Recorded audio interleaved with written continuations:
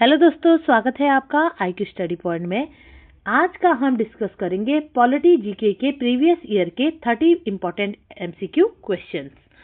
आपको सिर्फ एक काम करना है, एक कॉपी और पेन निकालें और साथ साथ अपने आंसर जो है लिखते रहें और वीडियो के अंत में अपना स्कोर जो है कमेंट करें मुझे।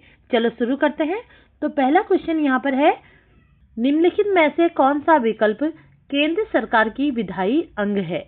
ये क्वेश्चन SSC CGL में 2024 के थर्ड शिफ्ट में पूछा गया क्वेश्चन है। ठीक है, तो इसका राइट आंसर है ऑप्शन नंबर डी, संसद।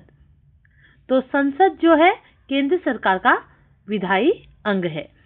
कुछ इंपॉर्टेंट पॉइंट यहाँ पर हम जान लेंगे। तो भारत की जो संसद है वो एक द्विसदनीय विधायिका है। ठीक है, जिसमें 2 सदन है। कौन कौन से?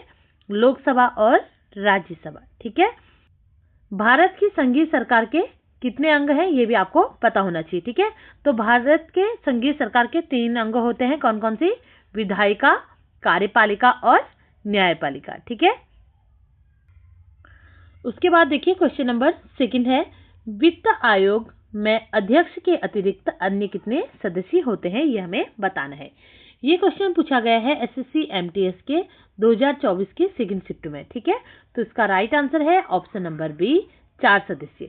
तो वित्त आयोग में अध्यक्ष के अतिरिक्त 4 सदस्य होते हैं। ठीक है, इंपॉर्टेंट पॉइंट हम यहाँ पर जानेंगे। जो वित्त आयोग है वो भारतीय संविधान के अनुच्छेद 280 के तहत जो है भारत के राष्ट्रपति द्वारा स्थापित एक संवैधानिक निकाय है। ठीक है, और वित्त आयोग की जो स्थापना है 5 वर्ष की अवधि के लिए की जाती है, ये भी आपको याद होना चाहिए।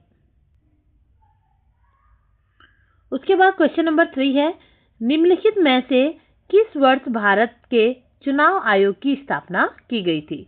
तो भारत के चुनाव आयोग की स्थापना कब की गई थी ये हमें बताना है।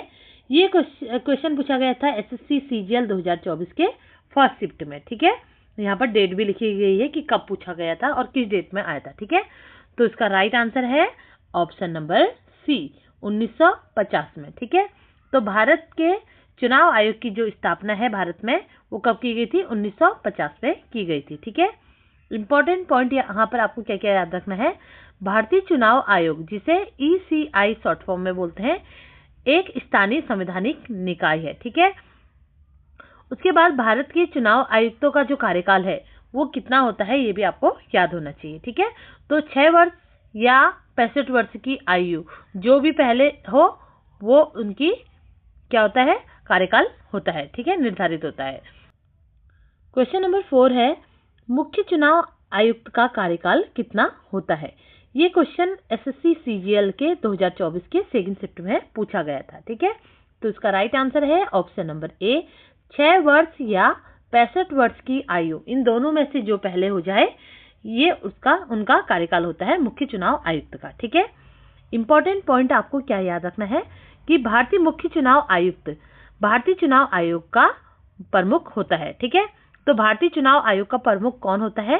तो मुख्य चुनाव आयुक्त जो है भारतीय चुनाव आयोग का प्रमुख होता है, ये आपको याद रखना है। ठीक है, और भारत में स्वतंत्र और निष्पक्ष रूप से राष्ट्र और राज्य के चुनाव करवाने का उत्तरदायित्व किसका होता है? मुख्य चुनाव आयुक्त का होता है, ये आपको याद रखना है। उसके बाद अगर आपसे पूछा जाए कि वर्तमान में भारत के मुख्य चुनाव आयुक्त कौन है, तो वो है ज्ञानेश कुमार, जो है वर्तमान में भारत के मुख्य चुनाव आयुक्त हैं। आई होप कि आप भी अपने आंसर जो है नोट कर रहे होंगे। उसके बाद देखिए क्वेश्चन नंबर 5 है, निम्नलिखित में से कौन सा विकल्प संसदीय कार्यवाही की विधि नहीं है ये हमें बताना है। ठीक है, ये क्वेश्चन SSC CGL के 2024 के सेकंड शिफ्ट में पूछा गया क्वेश्चन है। ठीक है, तो इसका राइट आंसर है ऑप्शन नंबर डी, पूरे दिन की चर्चा। ठीक है, कुछ इंपॉर्टेंट पॉइंट यहाँ पर हम जान लेते हैं कि संसदीय कार्रवाई में जो है चर्चा को सुविधाजनक बनाने और समय को प्रभावी ढंग से प्रबंधन करने के लिए कई तरीकों का इस्तेमाल किया गया है। ठीक है, इसमें कौन कौन सी चीजें शामिल है ये बता दें। देखो, आधे घंटे की चर्चा और शून्यकाल चर्चा और 2 घंटे की लघु चर्चा, ये तीनों इसमें शामिल है। सिर्फ क्या शामिल नहीं है? पूरे दिन की चर्चा इसमें शामिल नहीं होती है। ठीक है, ये आपको इसमें याद रखना है। क्वेश्चन नंबर 6 है, भारत की नागरिकता के अधिकार को विनियमित करने की शक्ति किसके पास है? तो भारत की नागरिकता के अधिकार को विनियमित करने की शक्ति किसके पास है, ये हमें बताना है। ठीक है, तो इसका राइट आंसर है ऑप्शन नंबर ए, संसद की। ठीक है, किसकी है? संसद के पास होती है। भारत के नागरिकता के अधिकार को विनियमित करने की जो शक्ति है वो संसद के पास है। इंपॉर्टेंट पॉइंट हम जान लेंगे। संसद अनुच्छेद 11 के तहत नागरिकता से जुड़े कानूनों में बदलाव करने के लिए सर्वोच्च है। ठीक है, नागरिकता अधिनियम 1955। ठीक है, उसके बाद संसद ने इस अधिनियम के माध्यम से नागरिकता प्राप्त करने और इसे त्यागने के नियम निर्धारित किए गए हैं। किसमें? नागरिकता अधिनियम 1955 में ये निर्धारित किए गए हैं। ठीक है, उसके बाद क्वेश्चन नंबर 7 है, भारत के संविधान के कौन से अनुच्छेद केंद्र में सरकार के संसदीय स्वरूप का प्रावधान करते हैं? तो भारत के संविधान के कौन से अनुच्छेद केंद्र में जो है सरकार के संसदीय स्वरूप का प्रावधान करते हैं, ये हमें बताना है। ठीक है, तो इसका राइट आंसर है ऑप्शन नंबर ए, अनुच्छेद 74 और अनुच्छेद 75। ठीक है, इंपॉर्टेंट पॉइंट हम जान लेंगे कि अनुच्छेद 74 जो है वो किसके लिए है और अनुच्छेद 75 किसके लिए है। ठीक है, तो अनुच्छेद 74 की अगर हम बात करें तो राष्ट्रपति को सलाह देने के लिए प्रधानमंत्री के नेतृत्व में मंत्रिपरिषद की स्थापना करता है। किसके थ्रू की जाती है? अनुच्छेद 74 के तहत। ठीक है, और अनुच्छेद 75 के तहत क्या है? अनुच्छेद 75 के तहत मंत्रियों की नियुक्ति और उनके कार्यकाल के उत्तरदायित्व और मंत्रिपरिषद के गठन का विवरण देता है। जैसे कि कोई सामूहिक उत्तरदायित्व उन्हें देना हो तो इसका जो विवरण है वो उसके अकॉर्डिंग है, अनुच्छेद 75 में है। ठीक है, तो दोनों आपको याद रखना है, अनुच्छेद 74 और अनुच्छेद 75 में है। ठीक है,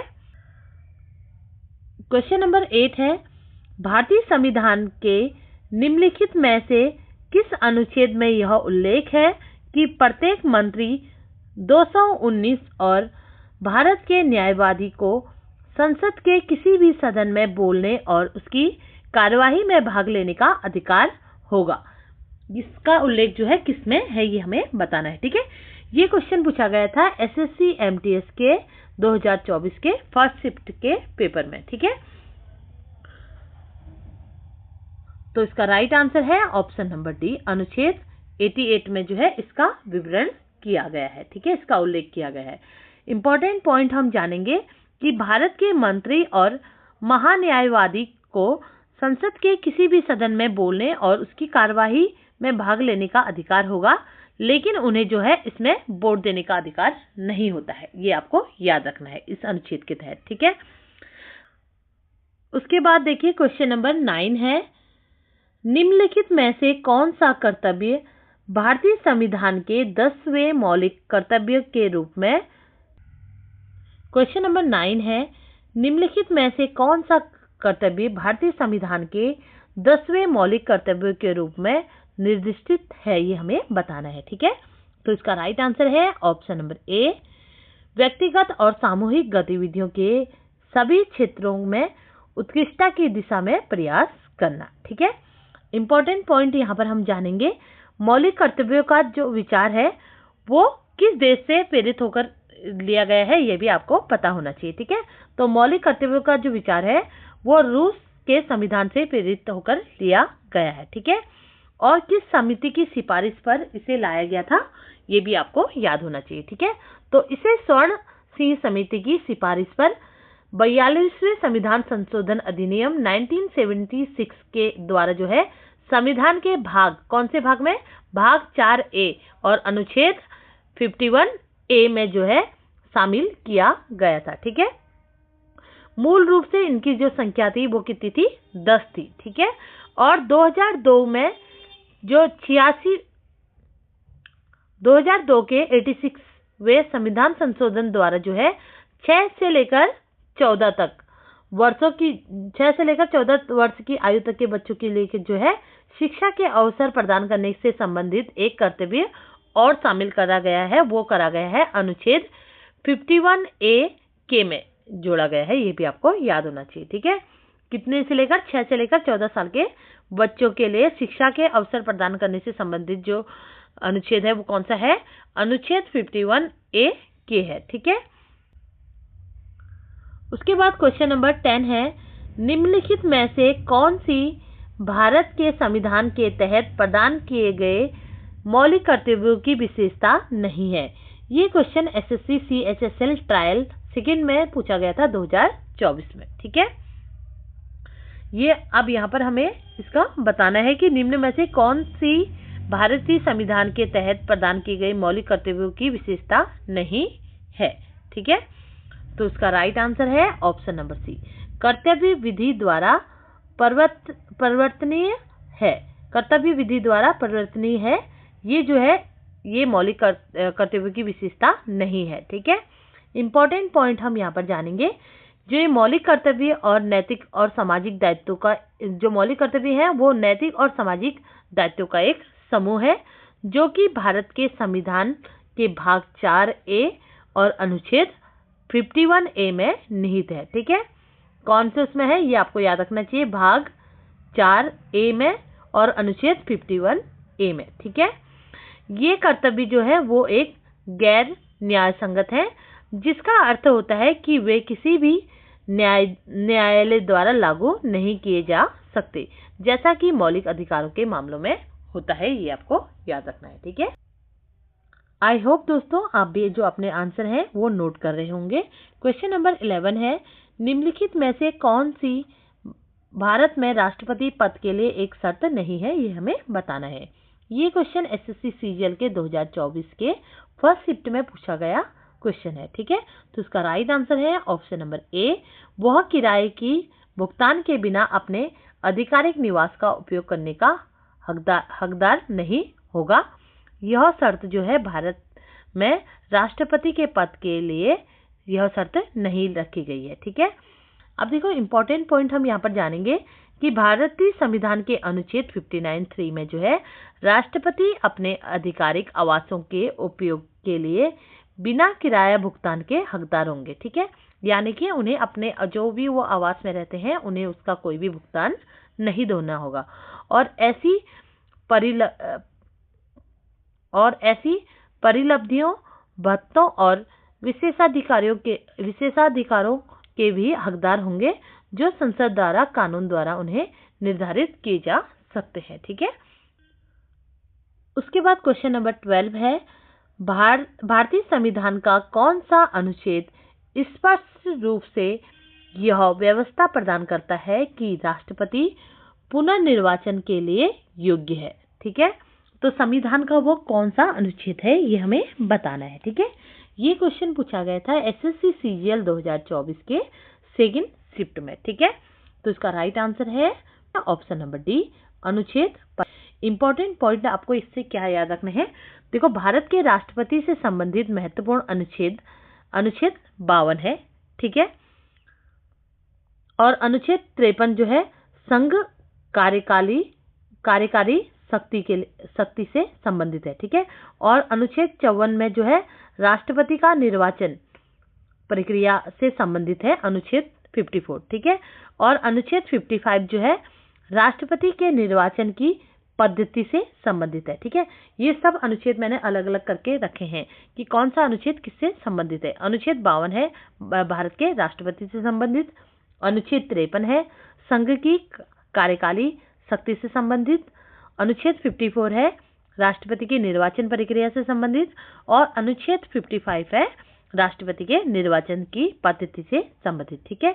और अनुच्छेद 56 जो है राष्ट्रपति के कार्यकाल से संबंधित है, और अनुच्छेद 58 की अगर हम बात करें तो वो राष्ट्रपति के निर्वाचन होने के लिए की प्रक्रिया से संबंधित है, ठीक है। और अनुच्छेद 59 जो है राष्ट्रपति के पद की जो शर्तें होती हैं उसमें उसका विवरण किया गया है, ठीक है। और अनुच्छेद 60 में जो है राष्ट्रपति द्वारा शपथ या आप बोल सकते हैं प्रतिज्ञान का जो राष्ट्रपति द्वारा शपथ से संबंधित है अनुच्छेद 60। ठीक है, ये सारे अनुच्छेद आपको याद रखने की, कौन से अनुच्छेद जो है राष्ट्रपति के लिए बने हुए हैं। ठीक है, अनुच्छेद 52, 53, 54, 55, 56, 57, 58, 59 और 60, ये सारे ही जो है राष्ट्रपति के लिए हैं और सबका अलग अलग कार्य है। ठीक है, उसके बाद क्वेश्चन नंबर 13 है, राज्य विधानसभा में धन विधेयक के पूर्व अनुमति से पेश किया जाता है। तो राज्य विधानसभा में धन विधेयक को पूर्व अनुमति से पेश किया जाता है कि ये क्वेश्चन पूछा गया था एसएससी सीजीएल के 2024 के सेकंड शिफ्ट में। ठीक है, तो इसका राइट आंसर है ऑप्शन नंबर ए, राज्यपाल। उसके बाद क्वेश्चन नंबर 14 है, किसी भी कैदी के शीघ्र सुनवाई के अधिकार को निम्नलिखित में से किस मौलिक अधिकारों में वर्गीकृत किया जाएगा। ये क्वेश्चन एसएससी एमटीएस 2024 के फर्स्ट शिफ्ट में पूछा गया क्वेश्चन है। ठीक है, तो इसका राइट आंसर है ऑप्शन नंबर बी, जीवन का अधिकार। ठीक है, तो कौन सा मौलिक अधिकारों में वर्गीकृत किया गया है, जीवन का अधिकार मौलिक अधिकारों में वर्गीकृत किया गया है। ठीक है, वर्गीकृत किया गया है। अब देखो इंपॉर्टेंट पॉइंट क्या है, यहाँ पर आपको याद रखना है कि भारतीय संविधान के अनुच्छेद 21 के तहत जो है शीघ्र सुनवाई एक अपरिहार्य अधिकार है और इसे किसी भी व्यक्ति को कानून की प्रक्रिया के बिना किसी भी जीवन और स्वतंत्रता से वंचित नहीं किया जाएगा। ठीक है, और कानून की प्रक्रिया जो है वो निष्पक्ष, तर्कसंगत और न्यायसंगत होनी चाहिए। ठीक है, ये इसका प्रावधान है। और कौन सा अनुच्छेद है, अनुच्छेद 21 के तहत। ठीक है, आई होप दोस्तों आप भी अपने आंसर जो है वो नोट कर रहे होंगे। अब देखिए क्वेश्चन नंबर 15 है, संविधान का कौन सा अनुच्छेद स्पष्ट करता है कि प्रत्येक राज्य की कार्यकारी शक्ति का प्रयोग इस प्रकार किया जाएगा कि संघ की कार्यकारी शक्ति के प्रयोग में बाधा या प्रतिकूल प्रभाव न पड़े और संघ की कार्यकारी शक्ति किसी भी राज्य को ऐसे निर्देश देने के लिए विस्तारित होगी जो कि भारत सरकार के उद्देश्य के लिए आवश्यक प्रतीत हो।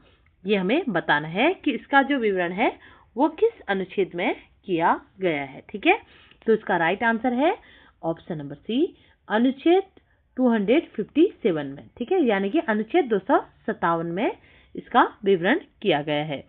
ये क्वेश्चन एसएससी सीजीएल 2024 के सेकंड शिफ्ट में पूछा गया क्वेश्चन है। इंपॉर्टेंट पॉइंट आपको इससे क्या याद रखना है कि भारतीय संविधान का अनुच्छेद कुछ विशेष मामलों में पर जो है राज्य और केंद्र संघ पर जो है नियंत्रण से संबंधित है। ठीक है, तो भारतीय संविधान का कौन सा वो अनुच्छेद है, अनुच्छेद 257 है, ये आपको याद रखना है। उसके बाद क्वेश्चन नंबर 16 है, भारत के पड़ोसी देश बांग्लादेश की आधिकारिक भाषा कौन सी है। ये क्वेश्चन एसएससी एमटीएस 2023 के इवनिंग शिफ्ट में पूछा गया क्वेश्चन है। ठीक है, तो बांग्लादेश की आधिकारिक भाषा यहाँ पर पूछी जा रही है, तो इसका राइट आंसर है ऑप्शन नंबर ए, बंगाली।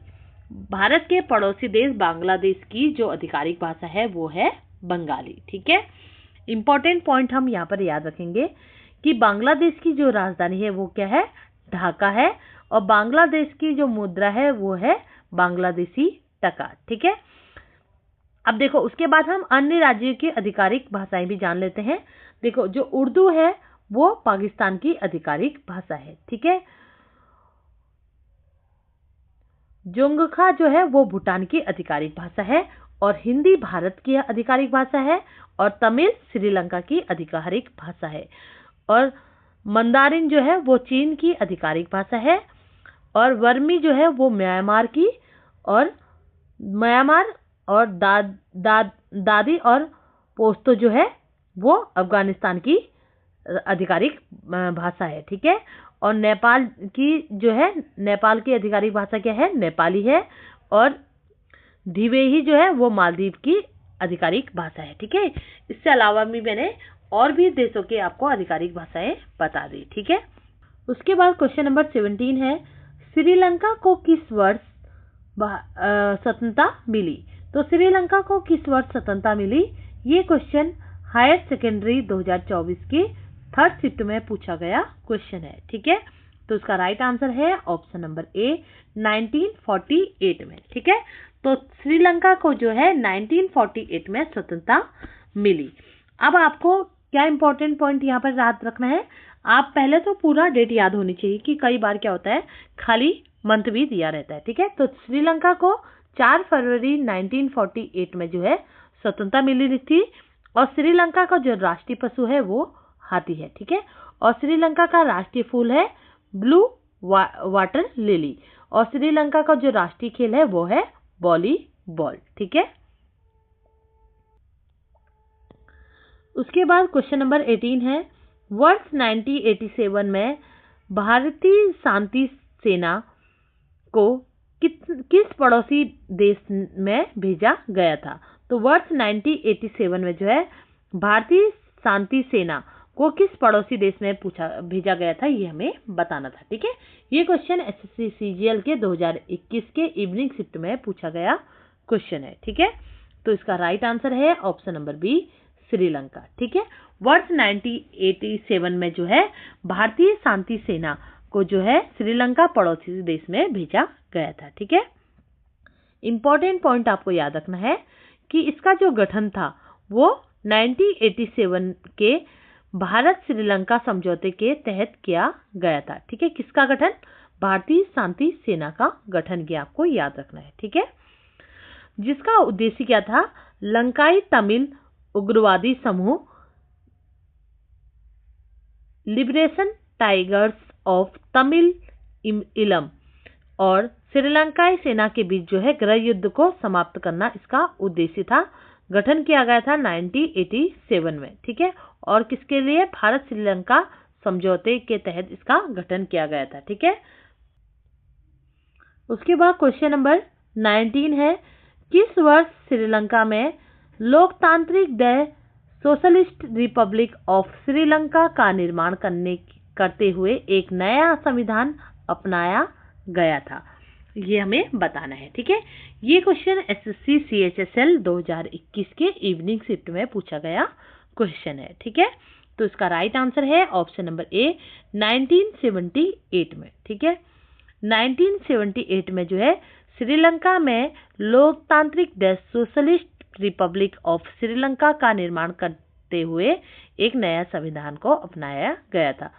वर्ष याद रखना है 1978 में। ठीक है, इंपॉर्टेंट पॉइंट आपको क्या याद रखना है कि श्रीलंका के लोकतांत्रिक समाजवादी गणराज्य का जो संविधान था वो 7 सितंबर 1978 को नेशनल स्टेट असेंबली द्वारा मूल घोषणा के बाद जो है श्रीलंका के द्वीप राष्ट्र का संविधान रहा है। ठीक है, ये आपको याद रखना है। ठीक है, वर्ष याद रखिएगा, फिलहाल तो आप 1978 में। क्वेश्चन नंबर 20 है, भारतीय संविधान के निर्माण के दौरान संविधान सभा के कुल 11 सत्र आयोजित किए, जिनकी बैठकें कितने दिन तक चली थी, यह हमें बताना है। ठीक है, ये क्वेश्चन एसएससी एमटीएस 2024 के सेकंड शिफ्ट में पूछा गया क्वेश्चन है। ठीक है, मैंने डेट सेट लिखा है ताकि आपको पता चले कि किस डेट में ये क्वेश्चन पूछे गए थे।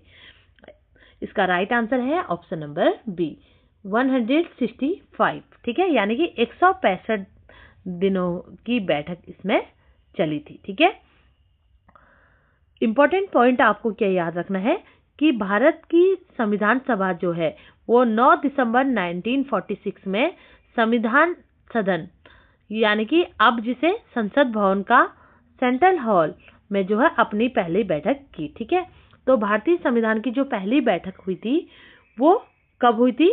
9 दिसंबर 1946 में हुई थी और कहाँ हुई थी? सेंट्रल हॉल में हुई थी। ठीक है, जिसे अब संसद भवन के नाम से जाना जाता है। ठीक है, लगभग 3 वर्षों में इसमें कितने सत्र हुए? 11 सत्रों का आयोजन किया गया। ठीक है, और कुल 165 दिनों तक यह बैठकें की गई, जिसमें 144 दिन मौजूदा संविधान की चर्चा में समर्पित किए गए थे। ये भी आपको याद रखने हैं। ठीक है, उसके बाद क्वेश्चन नंबर 21 है, निम्न में से भारतीय संविधान ने किसकी स्थापना की है?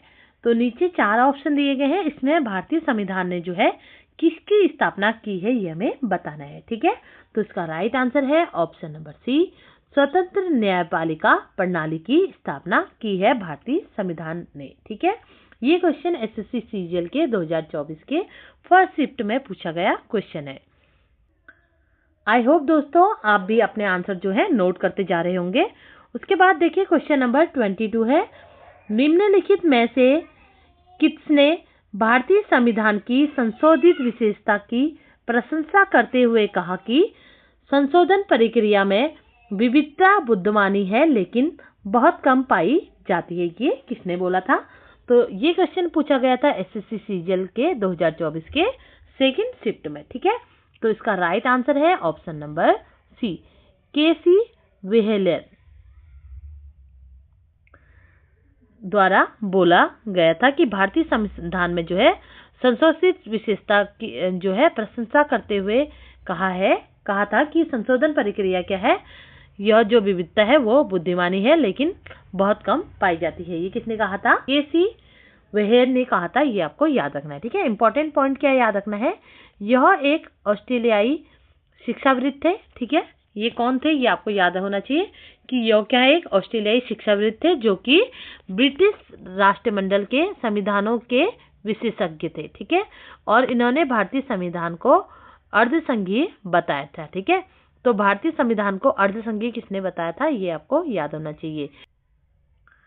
उसके बाद देखिए क्वेश्चन नंबर 23 है, संविधान 91वां संशोधन अधिनियम 2003 के अनुसार प्रधानमंत्री सहित मंत्रियों की कुल संख्या होगी, निम्न में से अधिक नहीं होगी।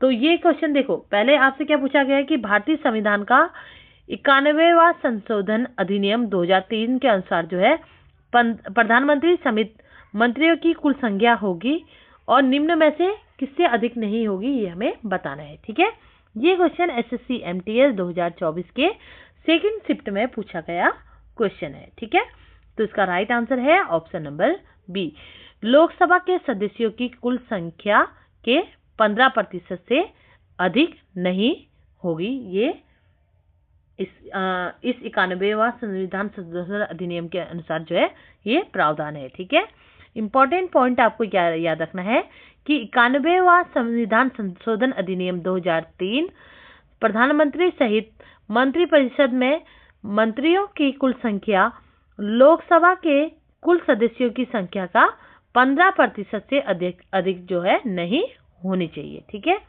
वो इस अधिनियम का प्रावधान है। ठीक है, दूसरा है मुख्यमंत्री सहित किसी भी राज्य की मंत्रिपरिषद में जो मंत्रियों की कुल संख्या है वो उस राज्य की विधानसभा के कुल सदस्यों की संख्या के 15% से अधिक नहीं हो सकती। ठीक है, ये दोनों पॉइंट इंपॉर्टेंट है, ये आपको याद रखने हैं।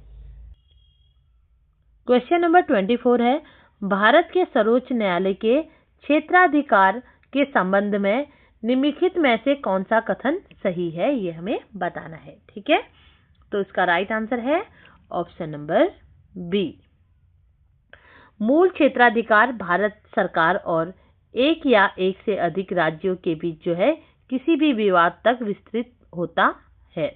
यह जो है सही ऑप्शन है इसका। ठीक है, इंपॉर्टेंट पॉइंट हम जान लेंगे यहाँ पर कि भारतीय संविधान के अनुच्छेद 131 के अनुसार जो है भारत सरकार और एक या अधिक राज्यों के बीच जो है उत्पन्न होने वाले किसी भी विवाद पर जो है सर्वोच्च न्यायालय को मूल अधिकार क्षेत्र प्राप्त है। ठीक है, ये आपको याद रखना है। उसके बाद क्वेश्चन नंबर 25 है, किस वर्ष सर्वोच्च न्यायालय के न्यायाधीश को हटाने के लिए पहले प्रस्ताव में संसद के सदस्यों द्वारा हस्ताक्षर किए गए थे? तो किस वर्ष जो था सर्वोच्च न्यायालय के न्यायाधीश को हटाने के लिए पहले प्रस्ताव में जो है संसद के सदस्यों द्वारा हस्ताक्षर किए गए थे, ये हमें बताना है। ये क्वेश्चन एसएससी एमटीएस के 2024 के सेकंड शिफ्ट में पूछा गया क्वेश्चन है। ठीक है,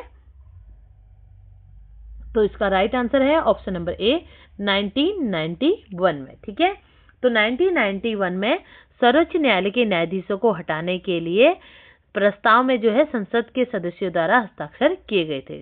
इंपॉर्टेंट पॉइंट आपको याद रखना है कि सर्वोच्च न्यायालय के न्यायाधीश को हटाने के लिए जो पहला प्रस्ताव था वो 1991 में 108 सदस्यों द्वारा इसमें हस्ताक्षर किए गए थे। ठीक है, अब यहाँ पर हो सकता है यहाँ पर वर्ष ना पूछ के आपसे ये पूछा जाए कि कितने सदस्य संसद के सदस्यों द्वारा हस्ताक्षर किए गए थे, तो 108 सदस्यों द्वारा इसमें हस्ताक्षर किए गए थे, ये भी आपको याद होना चाहिए। ठीक है, और यह प्रस्ताव जो है न्यायमूर्ति वी रामस्वामी के खिलाफ जो है दायर किया गया था। ठीक है, तो किसको हटाने की बात इसमें की गई थी, ये भी आपको याद होना चाहिए। न्यायमूर्ति वी रामस्वामी के खिलाफ जो है यह प्रस्ताव, उनको हटाने का प्रस्ताव जो है संसद में पारित किया गया था। ठीक है, जिस पर नवंबर 1987 से लेकर अक्टूबर 1989 तक हरियाणा और पंजाब के उच्च न्यायालय के मुख्य न्यायाधीश के रूप में अपने कार्यकाल के दौरान जो है कदाचार का आरोप लगाया गया था। ठीक है, उन पर यह आरोप लगा था जिस वजह से इनको हटाने का यहाँ पर प्रस्ताव रखा गया था। उसके बाद क्वेश्चन नंबर 26 है यहाँ पर कि भारत के संविधान का कौन सा अनुच्छेद राष्ट्रपति को सर्वोच्च न्यायालय के न्यायाधीश नियुक्त करने की शक्ति प्रदान करता है। तो भारत का कौन सा वो संविधान का कौन सा वो अनुच्छेद है जो राष्ट्रपति को सर्वोच्च न्यायालय के न्यायाधीश को नियुक्त करने की शक्ति प्रदान करता है, ये हमें बताना है। ठीक है, तो इसका राइट आंसर है ऑप्शन नंबर ए, अनुच्छेद 124(2). ठीक है, कौन सा अनुच्छेद है वो, अनुच्छेद 124(2). ये क्वेश्चन पूछा गया था एसएससी सीजीएल 2024 के सेकंड शिफ्ट में। ठीक है, इंपॉर्टेंट पॉइंट आपको क्या याद रखना है कि इसमें जो है, इस अनुच्छेद में जो है, इसमें कहा गया है कि सर्वोच्च न्यायालय के प्रत्येक न्यायाधीश की नियुक्ति जो है वो राष्ट्रपति द्वारा वारंट के माध्यम से की जाती है। ठीक है, इस अनुच्छेद के तहत, और जिसको आवश्यक समझे जाने पर जो है सर्वोच्च न्यायालय और उच्च न्यायालय के न्यायाधीशों से परामर्श करने के बाद किया जाता है। ठीक है, और न्यायाधीश जो है 65 वर्ष की आयु तक इस पद पर बने रहते हैं। ठीक है, कितने वर्ष की आयु तक बने रहते हैं, 65 वर्ष की आयु तक इस पद पर बने रहते हैं, ये आपको याद रखना चाहिए। और अनुच्छेद कौन सा है, अनुच्छेद 124(2) है। ठीक है, उसके बाद क्वेश्चन नंबर 27 है, भारतीय संविधान के भाग 4A को भारतीय संविधान में संवैधानिक संशोधन अधिनियम के माध्यम से शामिल किया गया था।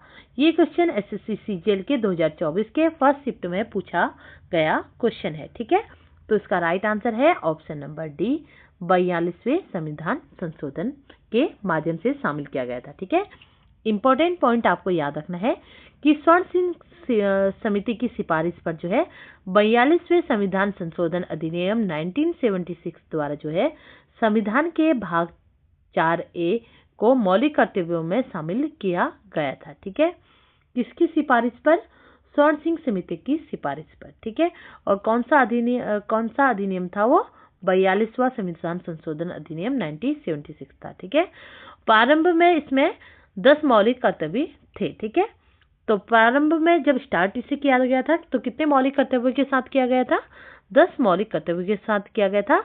लेकिन 46वें संविधान संशोधन 2002 के द्वारा एक अतिरिक्त मौलिक कर्तव्य इसमें जोड़ा गया, तो अब मौलिक कर्तव्यों की संख्या कितनी है, 11 हो गई है। ठीक है, और जो जोड़ा गया था वो क्या था, 6 से लेकर 14 साल के बच्चों की शिक्षा से संबंधित था वो मौलिक अधिकार। अभी हम ऊपर पढ़ चुके हैं इसके बारे में। ठीक है, क्वेश्चन नंबर 28 है, राज्य के नीति निर्देशक तत्वों को 1976 के 42वें संविधान संशोधन अधिनियम द्वारा भारतीय संविधान में जोड़ा गया था। ये क्वेश्चन एसएससी सीजीएल के थर्ड शिफ्ट 2024 में पूछा गया था। ठीक है, तो इसका राइट आंसर है ऑप्शन नंबर डी, 4। ठीक है, क्वेश्चन नंबर 29 है, भारतीय संविधान की गणतात्मक विशेषता किस देश के संविधान से ली गई है। ये क्वेश्चन एसएससी सीजीएल के 2024 के थर्ड शिफ्ट में पूछा गया था। ठीक है, तो इसका राइट आंसर है ऑप्शन नंबर ए, फ्रांस के संविधान से। ठीक है, इंपॉर्टेंट पॉइंट आपको याद रखना है कि फ्रांस के संविधान से अपनाई गई विशेषता क्या क्या थी, प्रस्तावना में स्वतंत्रता, समानता, बंधुत्व के आदर्श। ठीक है, और ये कौन से देश से ली गई थी, फ्रांस के संविधान से ली गई थी, ये आपको याद रखना है। उसके बाद देखिए ये हमारा लास्ट क्वेश्चन यहाँ पर है, क्वेश्चन नंबर 30। भारत का केंद्रीय बैंक या जिसे हम भारतीय रिजर्व बैंक बोलते हैं, स्वतंत्रता से पहले 1934 में बनाया गया था। ठीक है, और एक केंद्रीय बैंक बनाने की सिफारिश नामक एक आयोग द्वारा की गई। तो भारत का केंद्रीय बैंक जिसे आरबीआई बोलते हैं, उसकी स्थापना 1934 में हुई थी और उसको बनाने की जो सिफारिश थी वो किस आयोग द्वारा की गई, ये हमें बताना है यहाँ पर। ठीक है, तो इसका राइट आंसर है option number D, Hilton young आयोग द्वारा इसकी सिफारिश की गई थी आरबीआई को बनाने की। ठीक है, ये क्वेश्चन एसएससी सीजीएल के 2024 में के फर्स्ट शिफ्ट में पूछा गया था। ठीक है, इंपॉर्टेंट पॉइंट आपको क्या याद रखना है कि भारतीय रिजर्व बैंक यानी कि जो आरबीआई की जो स्थापना है वो 1 अप्रैल 1935 को भारतीय रिजर्व बैंक अधिनियम 1934 के प्रावधान के अनुसार की गई थी। ठीक है, ये थे पॉलिटी के 30 इंपॉर्टेंट क्वेश्चन जो आज हमने यहाँ पर आपके साथ डिस्कस किए। आई होप आप सबने अपने जो आंसर हैं वो नोटबुक में नोट किए होंगे। चलो बताएं आज आपने अपना स्कोर कितना किया। अगर वीडियो अच्छी लगी हो तो प्लीज चैनल को सब्सक्राइब करें और बेल आइकन दबाना ना भूलें। फिर मिलते हैं एक नई वीडियो के साथ, तब तक के लिए जय हिंद दोस्तों।